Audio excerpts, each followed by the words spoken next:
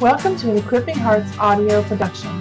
This free download includes the first 30 minutes of I'm Wired for Relationships and I Want My Brain Back with Pastor Ed Khouri.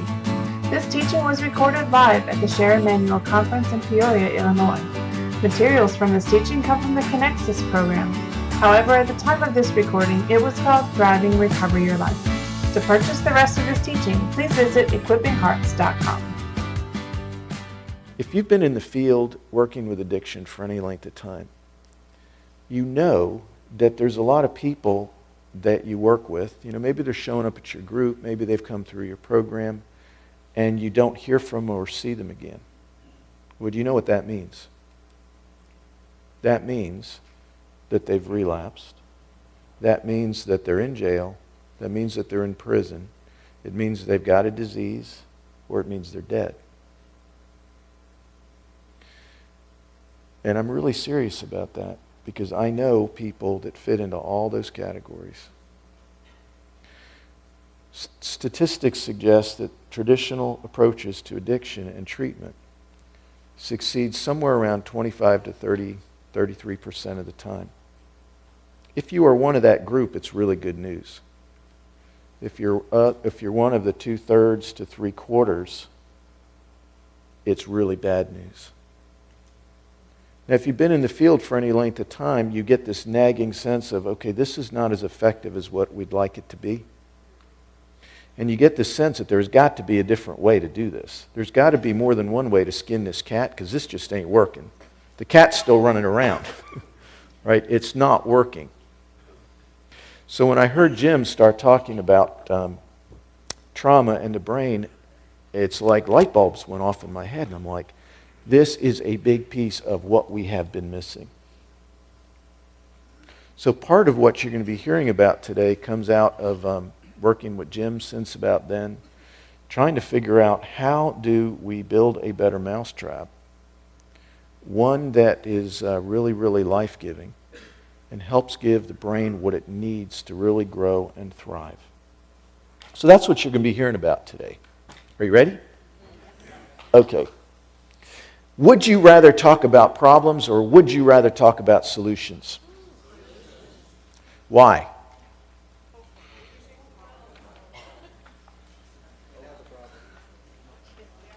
Okay, I think about it like this.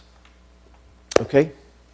The more I focus and talk about my problem, what happens? It gets bigger, doesn't it? Till that's all I can see. Now, what would happen if you went to a support group that all you did was talk about all the bad things you did this week and throughout your life? And you had a group of people doing that all around you. What gets to be big?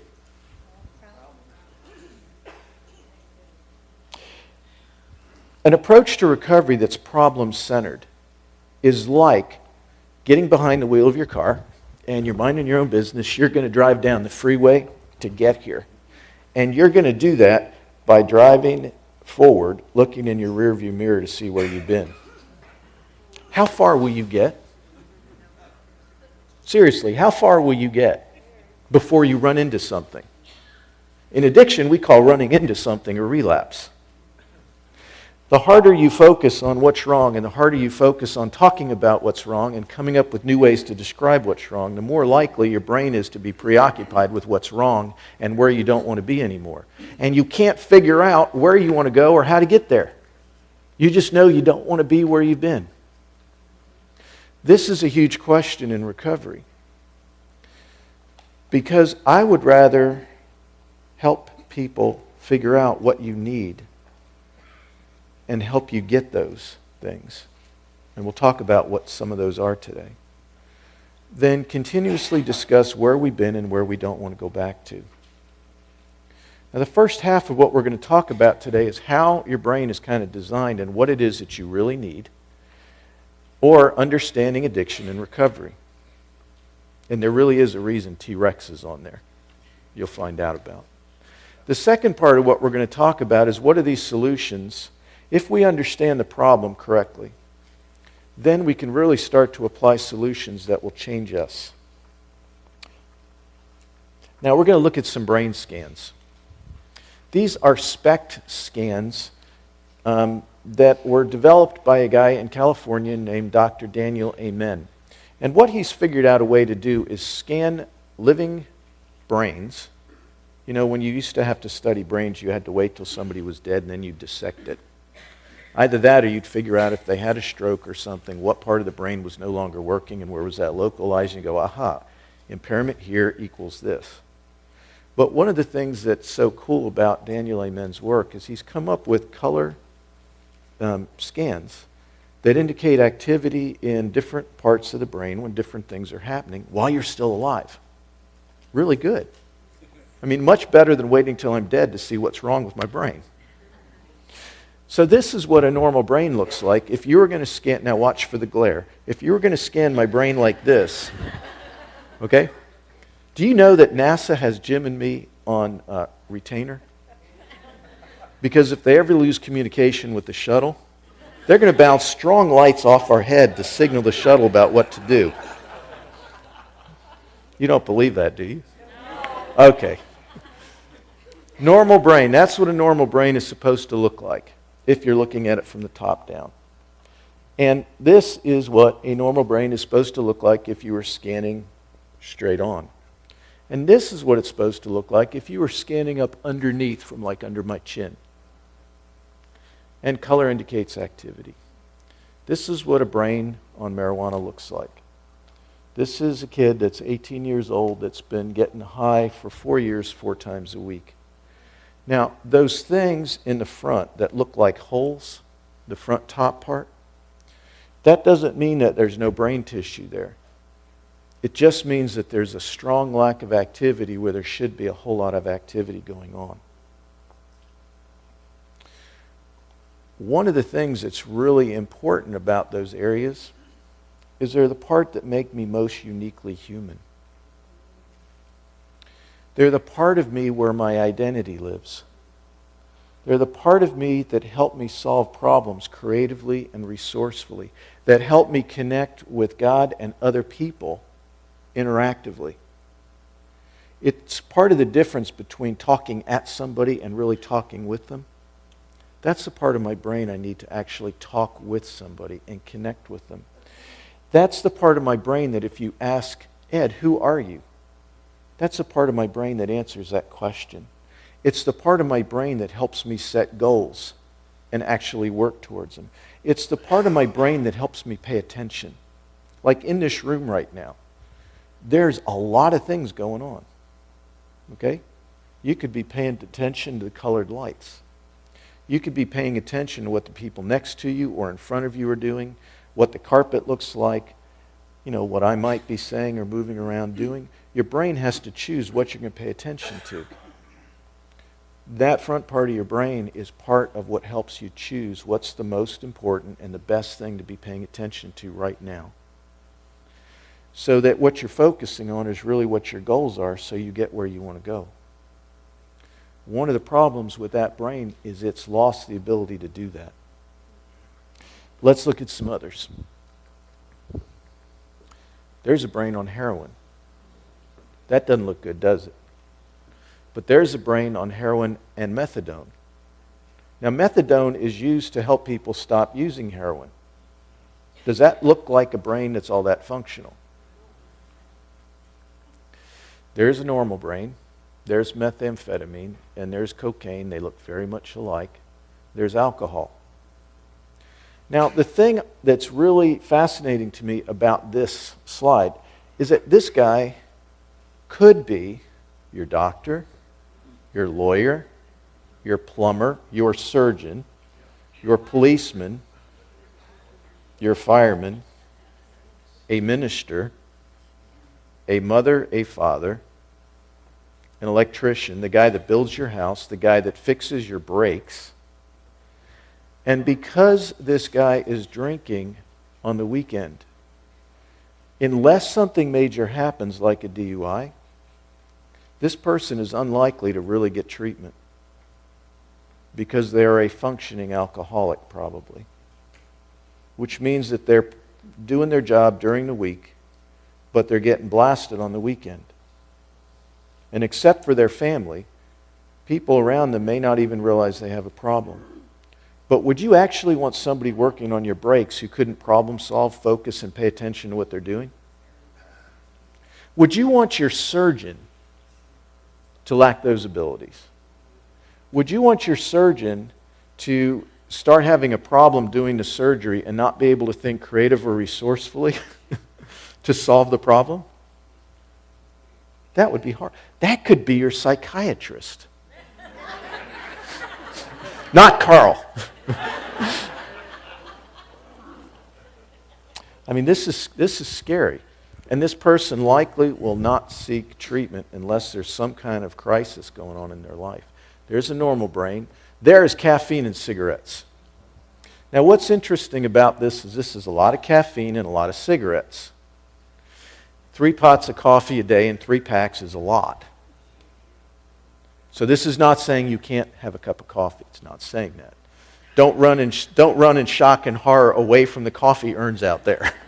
Okay? A cup of coffee will not do that to your brain. But this is important because what happens at a lot of traditional recovery group meetings? The interesting thing is about caffeine and cigarettes is that the way your brain works when or your body and brain work when they're trying to detox is that in addiction, particularly alcoholism, especially alcoholism, your body adapts to use alcohol as a primary energy source, so that it will actually decline nutrition from things that are actually good for you, good healthy food, and look for quick energy sources. If you stop drinking, and if you continue to eat a lot of sugar, a lot of carbs, and caffeine and cigarettes, your body will not fully detox. What that means is you will crave like crazy because your body's looking for something quick. So that's why I really like this slide.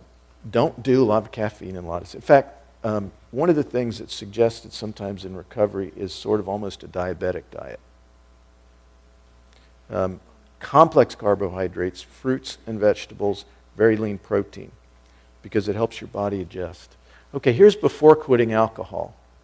This is after 1 year of sobriety. You will notice that brain looks a whole lot better. There's a lot more activity where there needs to be activity. But you'll also notice that that brain is not fully normal. Okay, there's still a lack of activity where we need activity. What this suggests is that sobriety improves the way our brain functions, but sobriety by itself does not necessarily always give you back a normal brain. Now, if I could tell you what could help you fill in those areas where there's a lack of activity, would you be interested? Would you? Well, maybe if you have a lack of activity in the part that needs to say, yeah, that's a good idea. You didn't respond. But what we're going to be talking about today are some things that help restore some activity there. Now, here's an interesting question. Do you think that these problems are related just to substances that you put in your system? This is a normal brain and a brain that has sexual addiction and ADHD. This comes from where is Pastor Darrell? There is Pastor Darrell. Darrell gave me this slide. If you want to talk to Darrell about a really good Christ-centered approach to sexual addiction and recovery, find him at the break. Some of his materials on the back. He does a really, really good job with this. By the way, Darv gave me the slide. Oh, okay. Darv, where are you, Darv? Thank you, Darv. This is a brain on internet porn. One of the interesting things to me about internet porn is I think it was 2007 or 2008, I can't remember. The revenues for internet porn were more than double that of Microsoft, close to $100 billion. That's a huge amount of money. So that brain doesn't look a whole lot better than the guy that's drinking, drugging. There's depression. These scans are from Dr. Daniel Amen, and if you want to find out more about brain scans and SPECT scans, you can go to his website at amenclinic.com or brainplace.com. Now, what does this all mean for our brain and for addiction? In addiction and in craving, we lose our human. The part of us that God has designed uniquely to reflect His character, His nature, is the part that addictions tend to switch off. The front part of our brain where our identity lives, where we can connect with God and other people, where we can really set goals and do the things that God's called and created for us to do. Those are the things that we lose in addictions. Those are also some of the things that we lose in trauma. We lose our human. Now, let me say this. Usually when I'm doing a presentation like this, somewhere somebody's going, well, we're Christians. Why are you talking about my brain? Like we don't have one. And they're like, aren't you supposed to be talking about the Spirit? I mean, after all, we're supposed to be spirit beings, and everything is supposed to be in subjection to the Spirit. Listen, if your brain isn't working well, you've got a crazy person in the driver's seat. Do this, wave at me. Good. Now pretend you don't have muscles or nerves in your arm, and do it. What's wrong with you? You need to engage your will and just try harder. Make a decision to do it. You're not trying hard. You can't, can you? Yeah, it sounds familiar. Sadly, it sounds familiar. Think about it like this. If your arm is going to do what you want it to do, it's got to work through this thing up here, doesn't it? If this thing is not wired correctly and is not working very well, it's not about how bad you want it. It's you simply don't have the right wiring in the right place at the right time to be able to do what you want to do most. If God's going to talk to you and actually cause you to cooperate and do the things He wants you to do, what part of you is He going to be talking to? How about this? My big toe? My nose? Now, He actually has to communicate through this to cause me to do the things He wants me to do. That's why I talk about the brain. God has so uniquely designed this front part of my brain to engage with Him, to engage with others, to do the things He's really called me to do, and to do the things I really want to do. In addiction and a lot of other things, I lose my human. Which means that the image and the glory of God that I'm designed to reflect doesn't work really well. So one of the big problems, we lose our human. Activity shifts from the front of the brain, where it's really supposed to be, to the back of my brain. That's really not designed to handle life. And when activity shifts from the part of the brain that's designed to be in charge, which is the front part, to the back part, now a part of my brain that God never designed and intended to really be in charge for any length of time is driving my bus. Identities rooted in fear are what comes out of the back of my brain. Let me say that again. When the front part of my brain is not working very well, I am being motivated, driven, and living out of fear, because that's what the back part of my brain does especially well. I am no longer moving in love, joy, and actual desire. My primary motivation in life is now avoidance, fear of failure, fear of rejection, and fear of about anything that you can think of. The more I turn the front of my brain off, the greater and more consistently I am motivated by fear.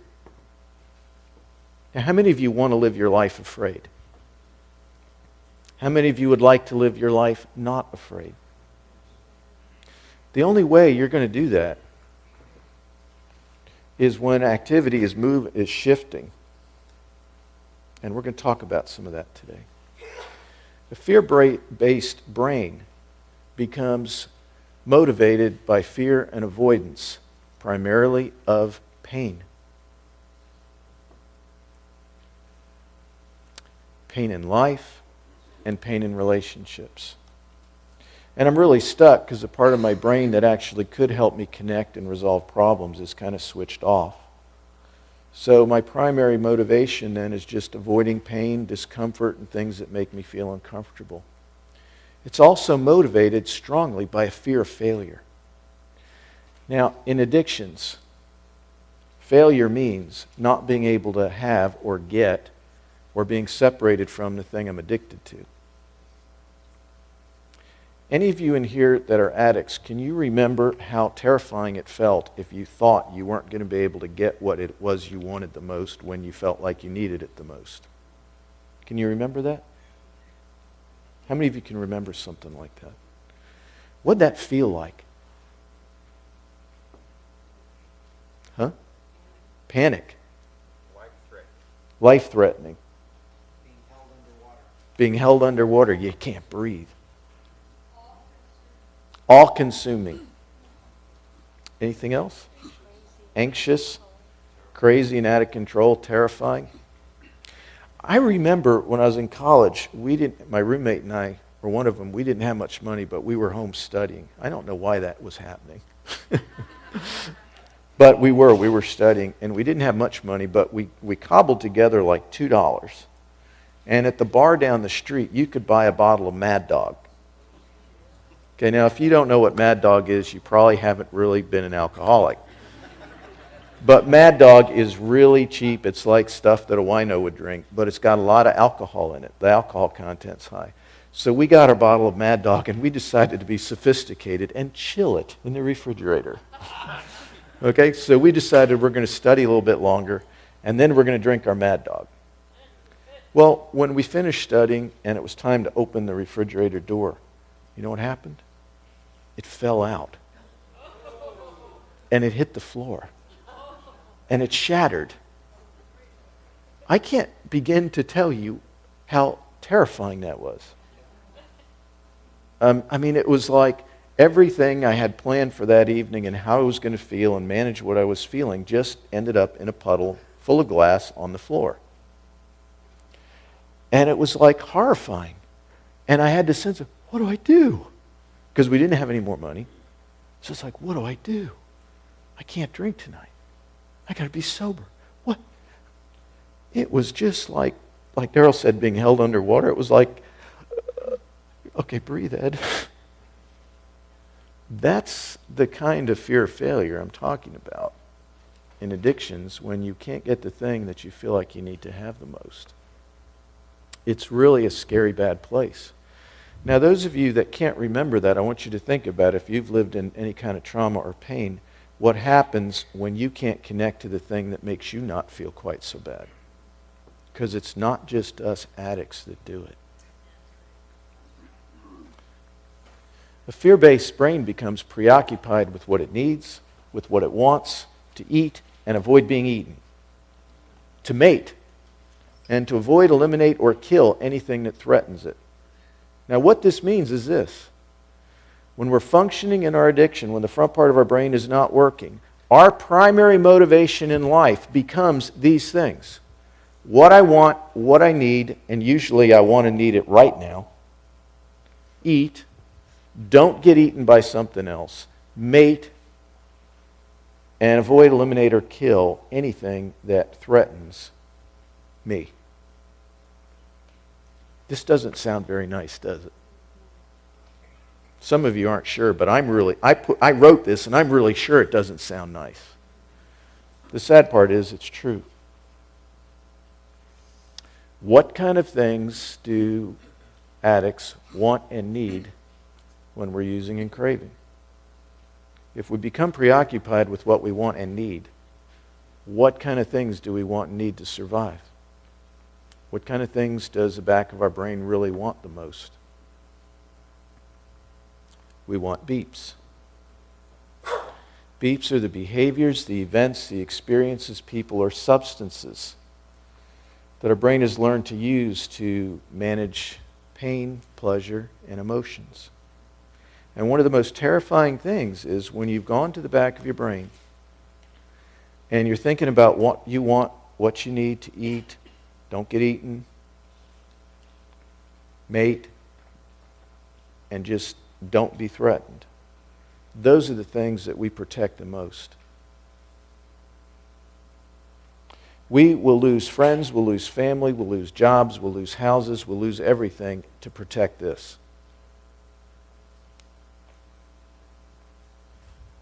The stronger my attachments to beeps, the more I lose my human. My cravings get worse. My relationships with God and others deteriorate. Why do they deteriorate?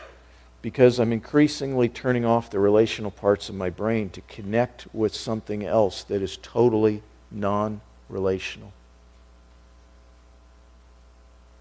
Alcohol is not relational. Internet porn is not relational. Work is not relational. And yes, codependency is non-relational.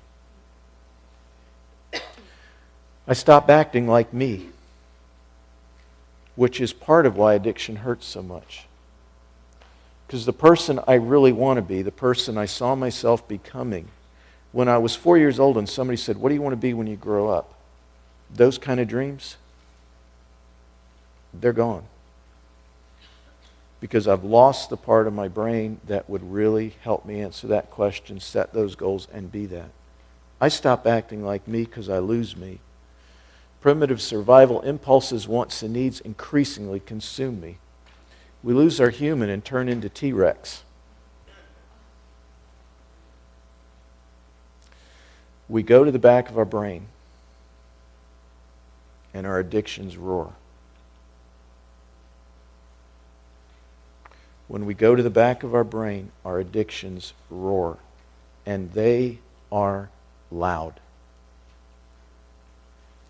And our pain roars at us, because the back part of my brain doesn't really have circuitry to handle or resolve pain.